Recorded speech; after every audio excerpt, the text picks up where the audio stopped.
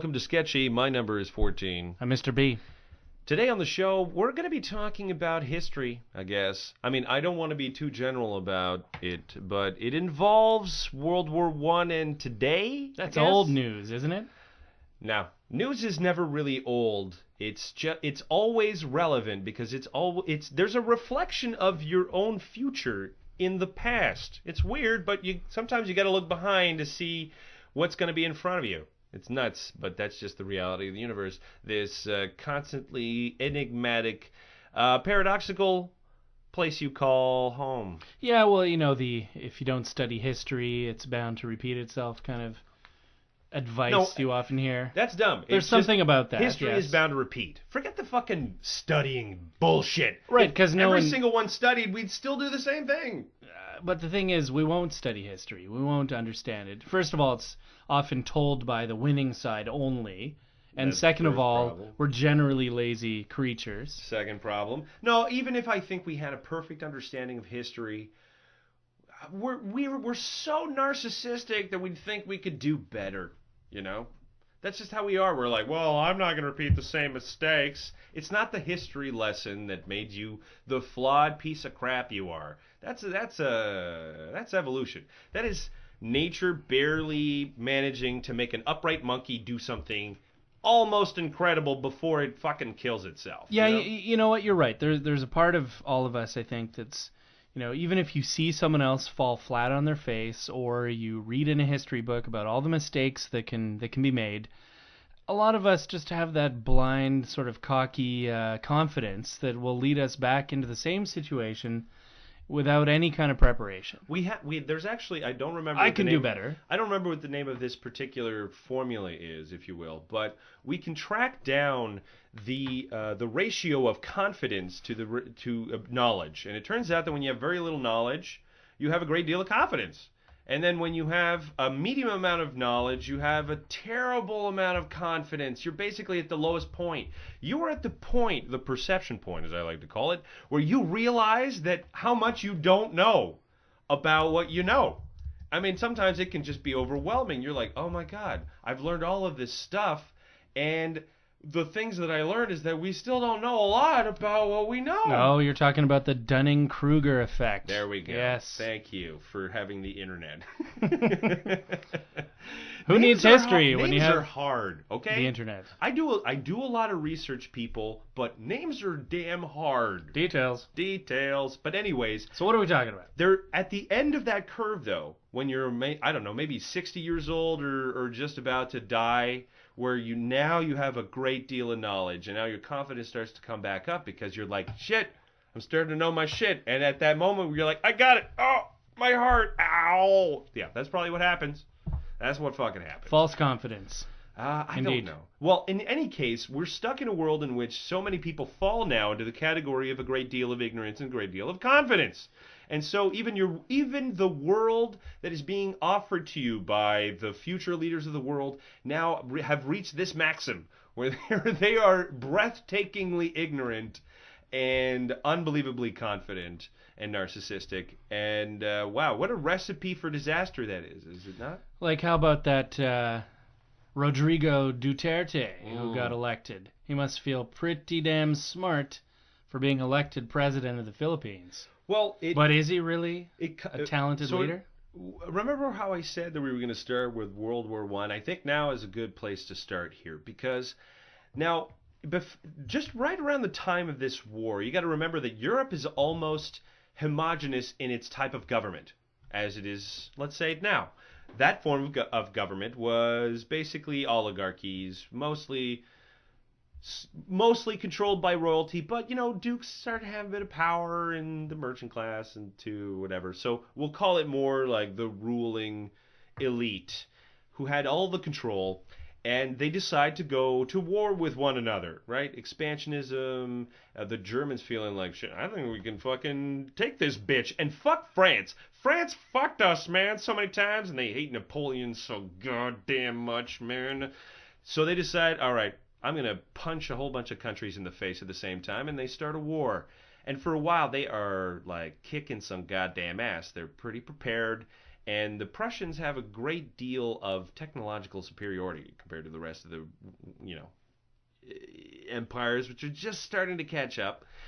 But see, things start going bad when all these alliances come together and then fight back, and then you get the trench warfare and the soldiers being so worn down. I mean, you can have an ideology like, oh, for God and country, but when you're watching all your best friends basically drown in mud and have their fucking arms like popping out of the ground, the only way for you to stay sane is to play jokes where you're like shaking hands, be like, hey, how's it going, man? Because if you don't, you will literally lose your mind. They don't even have a word for it. They call it shell shock at the time, maybe, or what it is.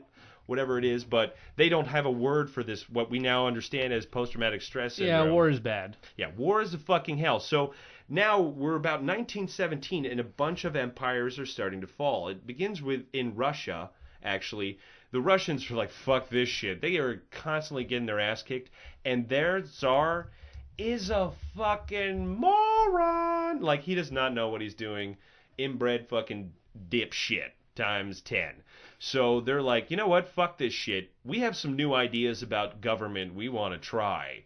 Well, we'll get back to that later. But meanwhile, Germany's not doing so hot, you know, like they've suffered a lot of, you know, terrible defeats. One of them, which cost the British a lot too, Battle of Sommes, one of the bloodiest battles in the history of fucking mankind. I don't know how many dead, maybe 1 million or something like that. It's just nasty. And both sides, like, coming out of it are just exhausted, but Germany's more exhausted. And everybody back in Germany's finally starting to feel the effects of the war because, you know, since Germany pushed forward, none of the population really had to deal with a lot of the problems until the end of the war, where now things are starting to get real, and now people are starting to say, why are we doing this again? Like, what the fuck was the point? Just for pieces of land, and my brother and my dad and everybody's dead, and this is starting to be pretty fucked up now.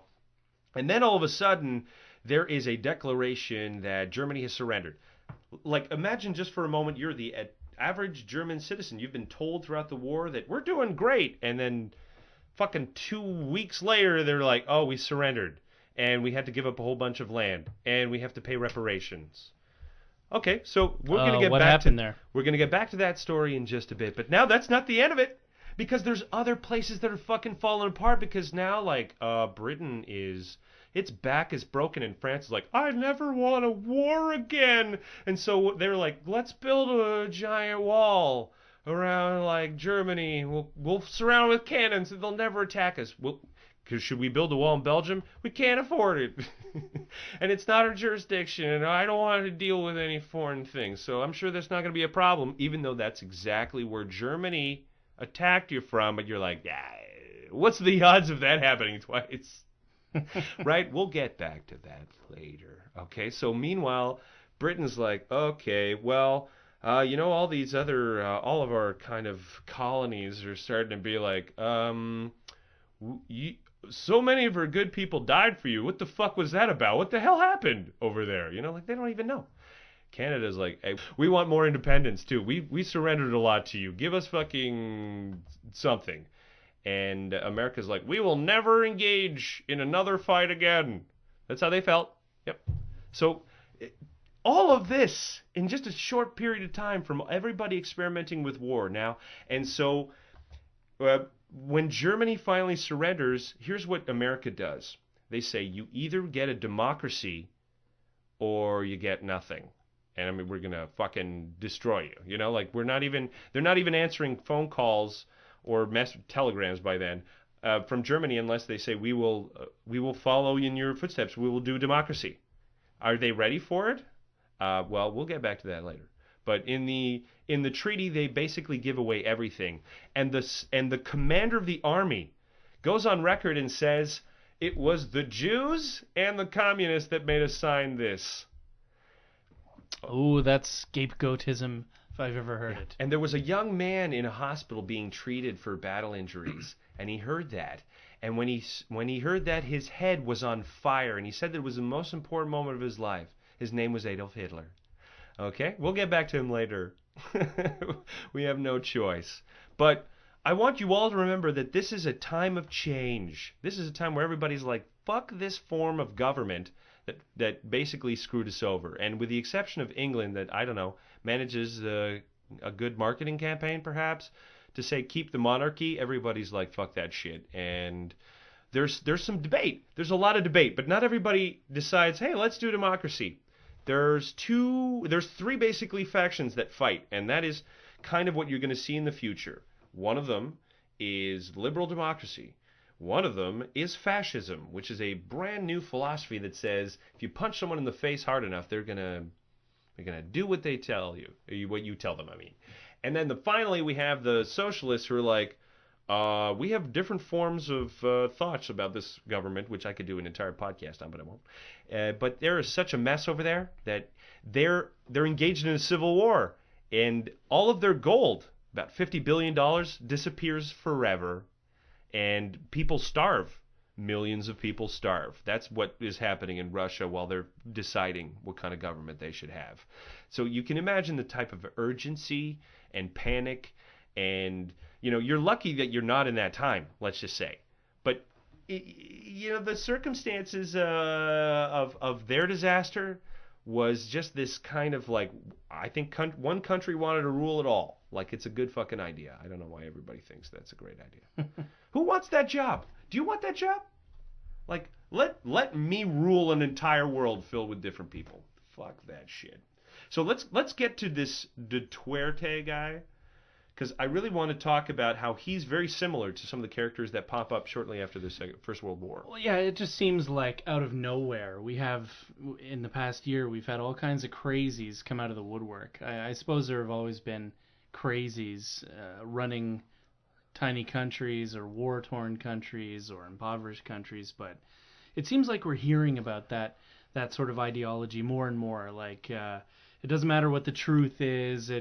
Let's just fucking retaliate against people we don't like. I mean, the guy has these death squads roaming around the country, executing people if they're a drug dealer or suspected of being a drug dealer. No court, no trial, no justice as we would, no rule of law as we would know it. And the people seem to love him. Yeah, but, okay, so remember during the Olympics, the big story was that the same thing had basically happened in Brazil. And I would say that there would be no one in their government that would have said explicitly, please do this. But the policy from the police department in Brazil was the same as, let's say, this guy is proposing in the Philippines. And it has been the same in a lot of countries for a fucking long time. Now, the only thing they like about this guy is that he's, quote-unquote, honest. The fact that he's not bullshitting you. I think that the problem really here we have is actually hypocrisy, because, here's a typical fucking conversation people have. They're like, when was the end of slavery? I'm like, what the fuck are you talking about? There are 20 to 40 million slaves on Earth now. That is probably as many as during the height of the slave trade. So you mean slavery in the Western First World? I'm saying there no are more people, slavery in the West. Yeah. Mean slavery's gone. No, well, right? slavery for the West has been exported. That's all. So right. we don't. Yeah, we outsource slavery, and even sometimes, actually, even in our own countries, we have forms of it, like internships or certain forms of like economic slavery, where we force. No, but I mean there are gentle forms of it, and there are more explicit. But during the days of indentured servitude, this was actually a consequence of, that slavery was an acceptable form of debt repayment. Like, during the birth of America, if you want, like the first slaves to come in, there was almost an equal proportion of white to black slaves. The difference was that the white slaves were there as indentured servants who had debt. So they had to work for maybe 10 years, and then they could leave. That was the difference, right? You were still a slave. Over time, different cultures have had different levels of acceptability of slavery attributed to slavery. Yes. So when we different actually names, measure slavery of saying, look, are you being forced to work and not being paid at all, and you have no way of escaping this? Okay, you are technically a slave. Yeah, so congratulations. let's get this back on the rails. Okay, so different political systems. Okay, so what I'm saying is that at least, we're not honest about the kind of world that we live in. We just kind of think that, oh yeah, everything is like this beautiful law, where laws exist and justice prevails. I mean, have we been watching too many fucking movies? In any case, as soon as somebody comes in and they say, I'm not going to lie to you, I kill people, that's what you want me to do. The guy said in an interview he killed maybe three people in his first month or whatever. Like with a gun, or knife. How the fuck did you kill that person? Wow. I mean, killing someone is a pretty big deal. That and all the rape jokes. I mean, it's not like people are pretending that justice prevails and the society has good values. Not even close. They're no longer pretending. No. They're like, hey, we just want a guy who's honest, even if he's a fucking nasty horror show of a human being. And of course, for some people, when they say, why is this acceptable? Well, number one, I don't really have to think about it. Would probably be the best answer you're going to get from fucking someone. Yeah, and maybe the alternatives that they had in front of them were worse? Well, there were a few sons of war criminals and who knows what. So it's not exactly like you have a great choice either. But all of that, I still think is it's just the icing on the cake. What you're really witnessing is that there's a certain desire for people to change the world in which they're living. They're like, there are fundamental problems. Everybody understands these. They probably know it on an unconscious level. Instead of it being war, right, like it was during the First World War, where that was the crisis that created that point, what we're probably going to get to is the environmental crisis that we're building for ourselves. And that will be enough of a breaking point to cause the desire for extreme change. And that desire, anytime you have extreme change, is when you're going to have extreme problems. So what other kind of experiments in political systems do you think are going to emerge just based on what's going on in the world? Well, for the problem with most types of political systems is that there tends to be so few. Like right now, you're actually living in an oligarchy. You're not really in a liberal democracy. You're in the shell of one. But we self-identify as a democracy. Sure, of course. But rich people make their own laws. I mean, the fact that, remember that whole Mossack Fonseca? Of course you fucking don't. But that was trillions of dollars of tax monies that were just being squirreled away legally, so nobody went to jail that should have gone to jail. Yeah. Or remember the financial crisis? Nobody's mad about that. No, none of that fucking mattered. Nobody went to jail. So it was all like that. That pretty much sounds like what kings would do. Didn't the reporter go to jail? the guy who the whistleblower. For the Mossack Fonseca, it was the IT person has been tried, but I don't know if he's actually gone to jail. Love it. Yeah. So in any case, what we're really talking about here is that the reason why everybody wants change is that there's a recognition that you live in an oligarchy. So this is why Hillary Clinton is such an abhorrent candidate for most people who have a real desire for change. She represents basically the oligarchy, like in all of its forms. Like a previous president's wife? What? I mean, like that's basically handing it over to the same fucking family. You're not even supposed to do this. Like, Woodrow Wilson's wife should have ran for president right after. I'm sorry, there are term limits for a reason, and you just found a way to fucking skirt that shit. I mean, like, the Clintons are obviously a team. Like, you're most of the world wants Hillary Clinton because we got Bill too, right, in the deal. They think it's going to be the magical 90s. Yeah, the magical 90s where basically Clinton deregulated everything. In the 90s. Like the EPA emissions went from something that was actually pretty decent to none at all. Like he gutted almost every environmental progress that had been made in favor of like, hey, this is the economy, baby. Everyone got rich though. Yeah. Check it out. So in any case, you have the oligarchy. And then you have all these other social experiments. So you know what's happening in a couple of South American countries like Ecuador, where they've been experimenting with socialism and it's going real bad, and it's just a fucking mess because they thought it was going to be an instant panacea. Oh yeah, just as long as everybody's sharing, it's going to be great. No, no, that's not how it works. Not bloody likely. And so we always go back to these old ones. So what's an old one we haven't tried in a while? Hey, what about fascism? Yeah? I mean, that was popular. If you're looking for popular government type, sure, fascism is ranks up there. Was better real stay in line or the giant fist will squash you. I don't think that actually most Americans remember how how popular fascism was with Father Hoogland. So you could research this fucking guy. So imagine basically an almost Donald Trump dude with a heavy dose of Catholicism who just learns like in the 1920s that the Third Reich has made a deal with the Catholic Church, effectively giving Adolf Hitler the crown that they gave Napoleon, sort of like they recognize his birthday, and but in return, basically a portion of all German taxes will go to the Vatican. So it's a pretty fucking sweet deal, and they play a very important role in squirreling all those Nazis away. Money. Money talks, and all those favors, man, you got to pay it back. But anyways, all these Catholics in America are very pro-fascist, and they don't know that the secret plan is to murder all of these Jews. So they're like, man, this fascism thing could really work. And that's what fucking Adolf Hitler did, man. He put people to work. All right, he built this massive infrastructure, and everybody's working. And all of a sudden they're like, hey, fascism worked, yeah. But you just don't look behind the curtain. Don't pay attention to what's happening. We need a strong leader. Yeah, they're like, how many times have we heard that? They're making changes. Yeah, usually in the wrong direction. How about a smart leader? Yeah, strong. Strong. What does that mean, strong? Like a bully? Strong. Strong is a type of leadership, structure that quote unquote works, and by works as in it is self-perpetuating, and it maintains a stronghold. Leadership via fear and force. Yeah.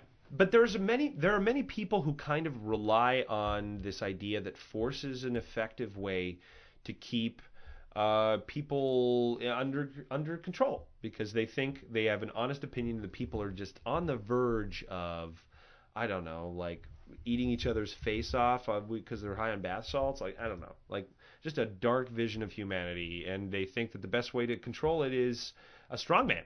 I mean, do you know how many Russians are like, wow, we miss those Stalin days? I mean, like Rhoda Bone Stalin, the ineffectual management of resources so that people die Stalin, purge Stalin. I'm not sure what guy you're missing here. The guy who basically almost fucked up the entire war, and you lost like 10 times what Germany lost. I mean, that's great leadership. He just basically threw like bodies at the Germans until they could fire no more. That was his leadership decision. He's like, I shall not stop until every Russian is dead. Okay, you need a strong leader, I guess. Or maybe just a smart one that could have been smart. Yeah, so history's going to repeat, because we're very bad at connecting these experiments that have gone horribly wrong in the past to how they translate to present day. Is that the problem, though? I go back to this notion that there are many people that have made the connection. No, we're just very bad at learning from those lessons. One or two might be good at it. People who study history, people who write books on the subject. But as a people, how do we learn as a group? How do countries learn? How do generations learn? Not very well, I would say. Even if I gave the lesson saying, wow, so all of these methods of government that we have failed and are failing. So, you were asking before, what's the solution? Well, I don't fucking know. I have not thought of this new political idea, but maybe we need one that encapsulates every element of humanity. Did you ever feel like there's some part of us that wants to ignore the worst until it's just way too fucking late?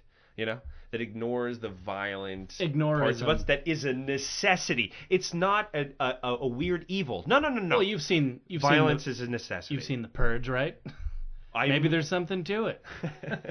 Well, in the Philippines, apparently, that's how they roll. That's what's going on right now. The Purge. The Purge. But the only reason that right now, so here's what is probably going to happen. The same thing that happened in Germany when they reintroduced democracy. So when what we would call the Nazi Party, but really the Nationalist Socialist Party, kind of is trying to gain power, the first time they do, I think they get 13% of the vote or something really quite weak. And what you would classify as the Democrats, they win by a long shot because, the Nationalist Socialists wanted to go back to this idea of let's go back to war, we can win again. And of course everybody's like, fuck that shit. And even though they have to, like they have all this reparation to pay off, they're like, well, let's just keep printing money and it's going to be fine. No, there's going to be no problems. So for now, everyone's like, everything's fine. Let's just ignore this. And you could say it was a victory for liberal democracy. Yeah.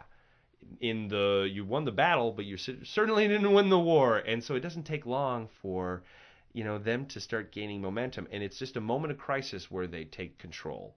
You haven't reached that moment of crisis, so you don't really have any perspective about the dangers that you're already facing. Like, it doesn't matter if Donald Trump loses, as just an example, because he's just the tip of the iceberg. Even if it's not him that tries to come back, or even if it is him that causes a real big rift, like, what would Donald Trump's concession speech be? Second Amendment, the solution, to this Hillary problem? Would that be his concession speech? Yeah, he has to say some pretty crazy things, to get to his base. It's kind of scary. Right, and as far as he's concerned, he's a TV executive, so he looks at ratings. So he wants to encapsulate the largest audience. This is why he doesn't actually say, I don't want the white nationalists voting for me. If you're a TV executive, you want white nationalists watching your show. You wouldn't say we don't want that audience. You're like, well, they have to watch something, so they might as well watch our show. Right. You want the ratings. That's all you're really interested in. And in a sick way, this is exactly what the essence of a political system is saying. You're like, well, voices need to be represented. What about these racists? Their voices need to be heard too. I shall take these voices for as under my banner. Fair and balanced. Super fair, super balanced. Well, this has always been the kind of inherent kink and weakness in democracies, which is why Germany was a democracy before they created a very special position that and gave it to Hitler as a way of appeasing a very large minority in the government, and then as soon as Hindenburg dies and Hitler holds a glorious parade in this monument to Germany that they built. I'm trying to remember what the name of this is. It's this place where it's this kind of gigantic mausoleum that's built to commemorate the moment where Germany was wronged and had to fight a war because the other guy started it. That's basically what that monument said. Very nice. And so they bury Hindenburg there, and basically this is when Hitler takes over. It's a very important moment, and he plays a lot of goddamn Wagner at the funeral. And he plays to the emotions of the crowd, and he's like, I'm going to lift Germany out of this darkness. So, what is the future like? I don't know. I have been studying a lot of history, and that's why I've been staying in a basement, collecting some cans. No, I mean, maybe this is why I'm so goddamn depressed, because like you said, we never learn. We never fucking learn. What is our problem? I guess we just have to write a book that no one will read and then turn it into a money-making podcast scheme. Yeah. There is a kind of ray of light, if you want, in this sort of darkness.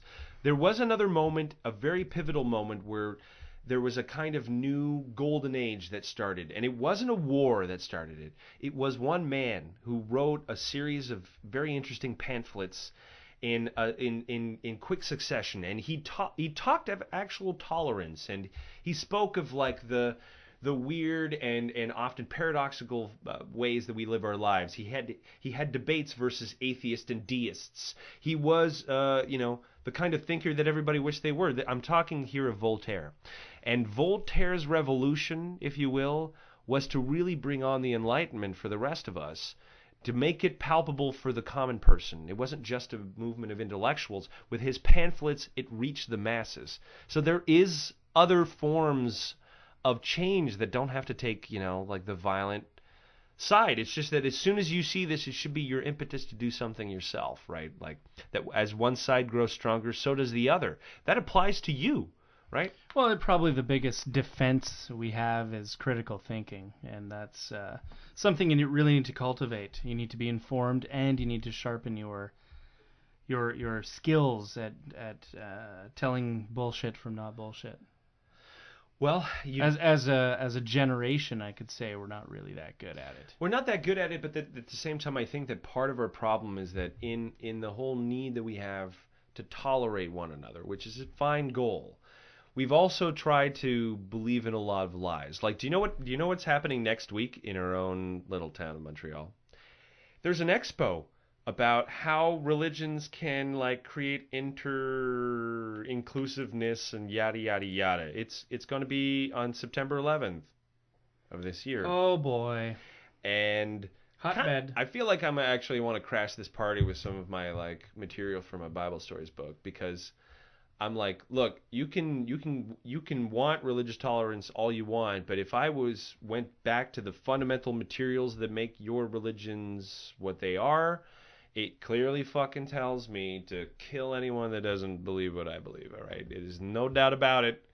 There, you can dress it up all you fucking want, but I have read and rewrote the fucking Bible. I know clearly what it says, and I will debate any foolish idiot that wants to take me on. Like, seriously, I'll take on your pastor and I'll grind him into dust. All right, I think that wraps up our show. We didn't have a lot of positive things to say, Ham, but it was a history lesson. Reality check, fools. Fucking history lesson. You know, I could go on actually about the Russian Revolution. We'll do that in another show, because I think that it also speaks a lot about the ways in which a new political ideology takes form and is corrupted. We could do an entire show on that, so maybe that'll be, one of those ones where I'm feeling talkative again. All right, with that, my number is 14. Mr. B.